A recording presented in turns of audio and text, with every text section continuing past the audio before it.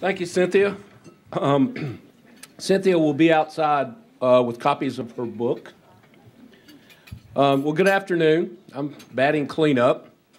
I'm Neil Armingeon. I am proud and honored to tell you that I am your St. John's Riverkeeper. And thank you. Appreciate that. I want to thank a few people, and I have a few points I'd like to make, and then we will let you get back to your daily schedules. As I stand here today, I really feel like I'm kind of the statement standing on the shoulders of giants. When I look at this table, I see visionaries and people who more than a decade ago envisioned a community that rallied around the St. John's River. And I just want to, again, thank all of the folks here that were earlier recognized. Also, I want to specifically recognize my predecessor, Mike Collinsworth. Mike, as Jimmy said, plowed the hard ground. I always describe Mike as someone who was given 18 boxes of parts and told to build a car. So, Mike, I appreciate. Thank you.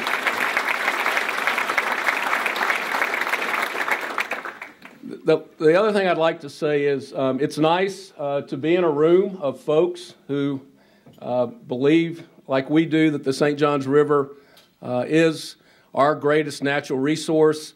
In the work that I do, believe me, there are many days, or some days, that I'm in a room with this many people who are not anxious to hear what I have to say and rarely agree with what I have to say. But the joy in my job is to stand up and say what is right for the river, what its importance to this state and this community. And so, believe me, I need a dose of today. There are three things I'd like to leave you with. One, when I look around this room, the diversity, where we come from, our beliefs, I look and think there's probably not a whole lot that all of us agree on. It's a diverse group. We have a lot of different interests. But there is one subject that everyone in this room agrees upon, and that is outside of this window, and that is the St. John's River. And that, ladies and gentlemen, is the importance and the power of the river, that all of us, regardless of where we come from or our beliefs, agree that this river is central to who we are as a community, who we are as a people, and it is our greatest asset as we move forward. The second thing, today is a day of hope, but I want you to remember that we have made progress in the last 10 years, real progress. And yet today we stand on the precipice of facing issues that many people would not recognize. The river is still not healthy. If you look at this picture from this summer of the Bowles School, that's a clear indication we still have work to do.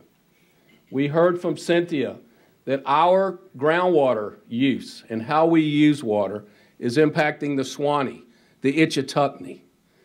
And that tells me there is much work to accomplish in the next decade. And we, as an organization, need a commitment from you that for the next 10 years you will support our efforts. And we believe that moving forward, we must redouble our efforts if we are to see a healthy, restored river.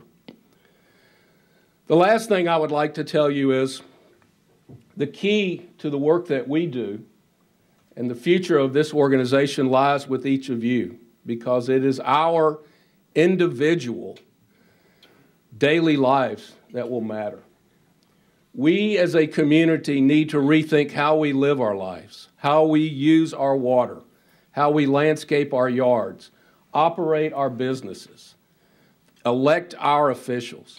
We need to do that not in a way that our lives are diminished, but in a way that our lives are enriched, and that at our forefront of our thoughts we ask ourselves, how can we live our lives in a way that benefits the river? Because to do otherwise, we we'll leave a legacy to our kids and our grandkids. We will leave the burden of this work on them. And 10 years from now, when a new generation of leaders are in this room talking about the history of this organization, we have a choice. We can continue to move forward, or we can have that group of people ask, how could they have done this? Why did they not care? So that each of you as individuals who care about this river, we need your help, we need your continued support, and we need your financial support, and we need to continue to move forward into the next decade. The last thing I would like to say, it's a kind of a personal message. A little over 7 years ago, I came to this community. I really knew one person, my wife. And I just appreciate the support this community has given me and this organization. And I'll end on something that I've been telling people. I thought about, I was speaking to the Waterways Commission. When I was crossing the Main Street Bridge, I had a thought that if each of us look at our lives, that financially speaking, we're probably worth less than we were a year ago or maybe 18 months ago. But there's one thing in this community whose value has not diminished one penny. In fact, I would argue that is more valuable today than it was 18 months ago, and that is the St. Johns River. And I will say to you, if we cannot find it in our hearts to protect what is the most valuable item in this community, what does that say about us? Once again, I appreciate you coming today. It's really overwhelming, the support. I appreciate it. I want to also thank the folks that I work with, Jimmy Orth, Kelly, Tracy, Linda, and Sarah. I am blessed. I argue with the mayor sometimes. I have the best job in Jacksonville. Some days he agrees with me, some days he doesn't. But once again, I appreciate it very much. And please, Cynthia will be outside. Thanks for coming, y'all. I really appreciate it.